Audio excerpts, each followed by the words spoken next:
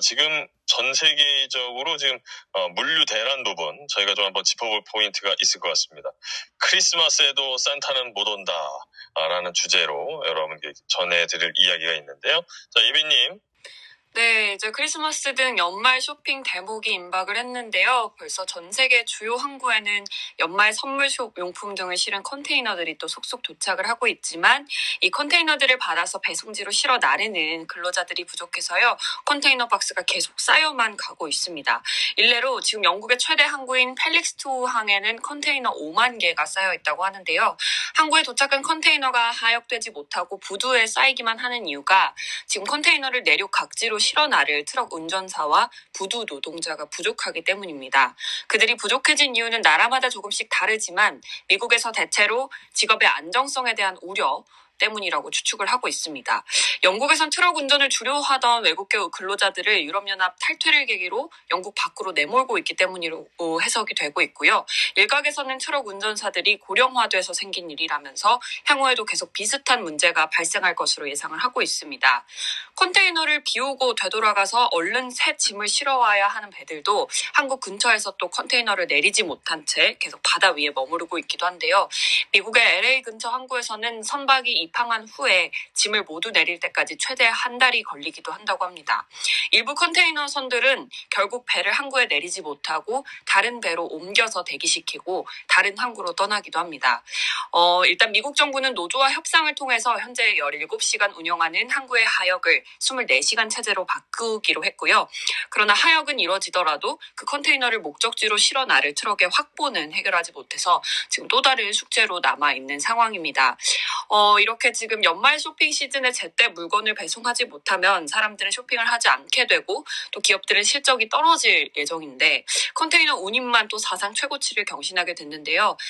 문제는 이런 상황이 언제 해소될 수 있느냐인 것 같은데 의외로 오래 지속될 거라는 의견도 나오고 있습니다. 관련해서 우리 선영님, 부영님과 얘기 나눠보면 좋겠습니다.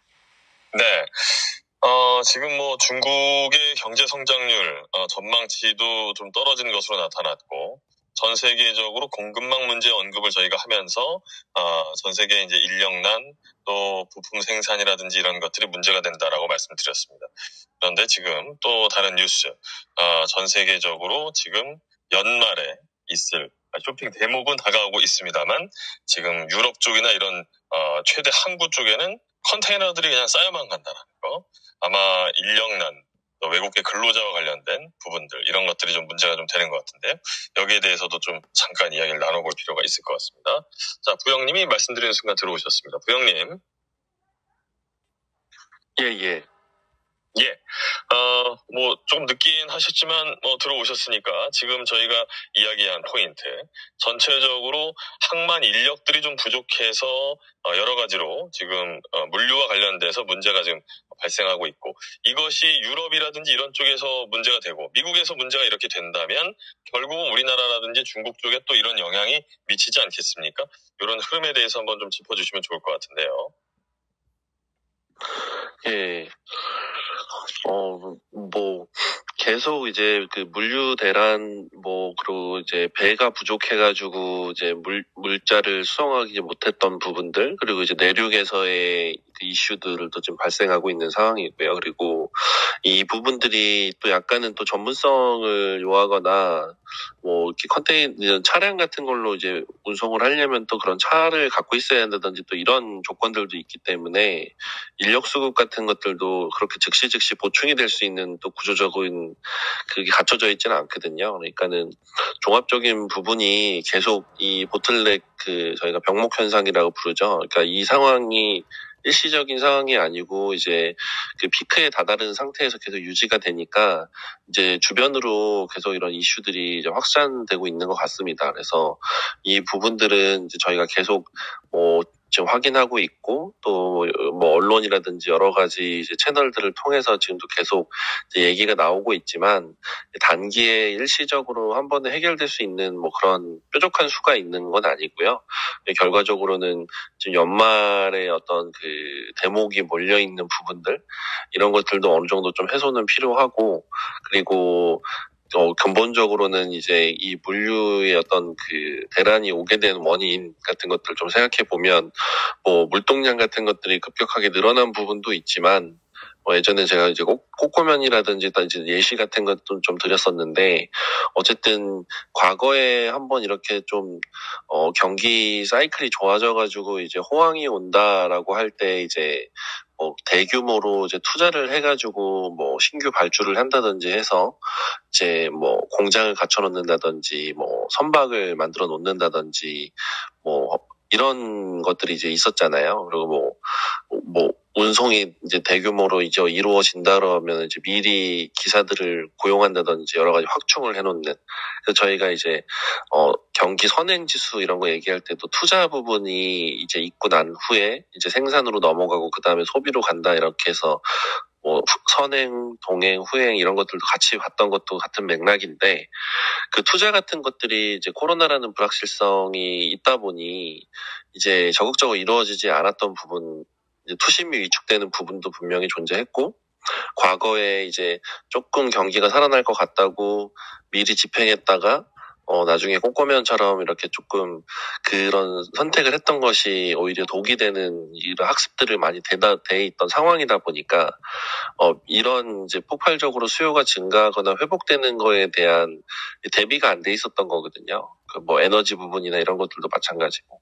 그래서 결국에는 작년에 우리가 했던 선택들, 그 당시에 우리가 안전하다고 생각하고 그 당시에 우리가 현명한 선택이라고 생각했던 부분들이 결국에는 시간이 지나면서 이제 저희한테 나타나고 있는 부분들이고 이 부분들은 저희가 이제 캐치를 했죠. 캐치를 한 지 이제 몇 달이 됐고 요즘에 또 나오는 뉴스 같은 것들 보면 이제 뭐 조선 쪽에서 뭐 대규모의 어떤 수주를 한다든지 이런 부분들이 이제 발생하고 있기 때문에 결국에는 그런 부분들이 이제 시장에 반영될 수 있는 시기 내년쯤 돼야겠죠. 그때쯤 이게 해결될 거라고 좀 보여지고 뭐 그런 해석들이 그냥 근거 없이 내년이라고 예측한다기보다는 이제 그 전에 미리 투자하지 못해가지고 지금 병목 현상이 계속 지속되고 있는 부분은 있으나 이제 그 병목 현상을 캐치를 했고 코로나에 대한 불확실성도 뭐 백신, 치료제, 이제 어떻게 보면 위드 코로나 여러 가지 이런 정책적인 부분이나 상황적인 부분 개선되는 거랑 더해지다 보니 내년쯤이면은 해결될 수 있다라고 이제 전망하고 있는 것 같습니다. 예, 우리 부장님께서 전체적인 세계의 이 공급망 문제에 대해서 다시 한번 좀 잘 정리를 해주셨는데 선영님. 네.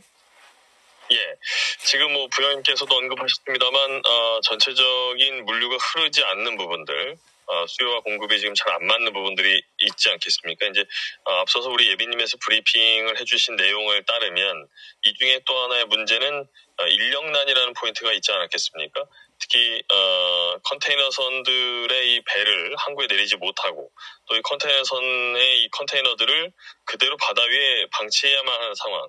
이것이 이제 전체적으로 일을 하고자 하는 노동자들을 컨트롤할 수 없는 상황이 됐기 때문인데 미국 정부와 노조가 계속 협상을 하고는 있다고 하지만 전체적인 분위기가 굉장히 좀 오래 지속될 것으로 보입니다. 이 문제가 해소되기까지 시간이 이렇게 걸린다면 전 세계의 이제 이런 물류에 관련된 문제점들은 언제쯤 풀리게 될지 이것이 또 공급망과도 다 연결고리가 있지 않겠습니까? 선영님의 개인 의견도 좀 첨언해 주시면 좋을 것 같습니다. 네, 저희 그 가족 중에 이제 이런 물류와 관련 사업을 좀 크게 하시는 분이 계세요. 그래서 제가 지난주인가 한번 전화해서 여쭤봤거든요. 이제 이런 이슈가 있는데 이게 왜 그럴까요? 지금 그래도 이제 백신 많이 맞고 이제 사람들 좀 일을 할 수 있는 그런 상황이 되지 않았을까요? 그리고 이거는 사실 뭐 사람이 많지 않다 하더라도 뭐 기계로 내리고 이제 할 수 있는 일인 것 같은데 뭐 이게 문제가 뭐가 있을까요? 라고 여쭤봤더니 이런 말씀 하시더라고요. 아직까지는 물류 쪽에서는 뭐 기계가 할 수 있는 일보다는 사람이 해야 되는 일들이 하나하나 신경 써야 되는 일이 굉장히 많다. 그리고 이제 저한테 단도직입적으로 이런 말씀하셨어요. 그러니까 그 사람들이 일을 안 하는 이유가 뭘까? 그동안 그 사람들이 받아왔었던 그런 이제 아무래도 사람이 많이 필요하잖아요. 인력이 많이 필요한 상황인데 자기들이 받아왔었던 그런 대우에 대해서 이제 뭔가 좀 어필하고 싶어하는 것도 있긴 있고 이런 게 또 있대요. 그러니까 그분들은 사실 몸이 다치면은 이제 큰일 나잖아요. 이제 몸으로 일을 하는 분들이기 때문에 이제 몸이 다치면 큰일 나는 사람들인데 안 그래도 지금 코로나로 인해서 아무리 백신을 맞았다 하더라도 돌파 감염 이런 얘기까지 나오는데 실제로 이제 같이 고용하고 있는 분의 얘기를 따르면은 백신은 맞긴 맞았는데 돌파 감염 얘기도 나오고 아직까지는 조금 일하기 좀 무섭습니다, 사장님, 이런 얘기를 들었대요. 그래서 저는 뭐 이게 뭐 다는 아니겠지만 이제 저희 사촌께서 저한테 말씀하신 부분이 이 친구들은 이제 몸이 아프거나 몸이 다치거나 하면은 이제 가족의 생계가 문제가 되는 그런 상황에 있는데 굳이 이렇게 어려운 상황에서 이제 일을 하려고 들지는 않을 거다.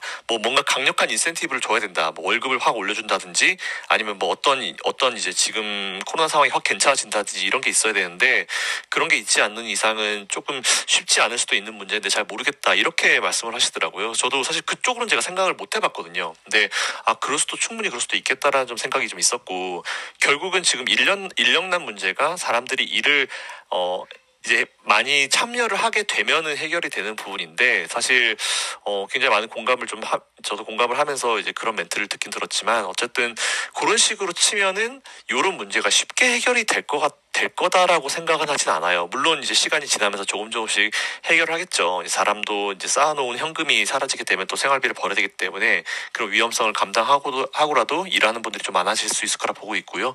뭐 결국은 이제 일자리를 찾아서 이제 나올 수 있고 원래 일자리로 돌아오는 사람이 좀 많아질 거라고 보고 있지만 그런 얘기를 딱 듣고 그것만 기준으로 생각해 봤을 때는 나 같아도 굳이 무리하진 않겠구나라는 이런 생각이 들더라고요. 그래서 그런 부분이 만일 정말 심각한 심리적 문제로 들어가 있다. 사실 어떤 이슈가 가장 심각한 이슈로 자리 잡아서 그런 사람들의 어떤 일하는 노동자 수가 줄었는지는 사실 모르겠어요. 근데 만일 그게 맞다라고 하면은, 그게 좀 큰 이유라고 하면은 조금 커버링 되는 데는 시간이 좀 걸리지 않을까라는 개인적인 생각을 좀 하게 되는 그런 통화였습니다.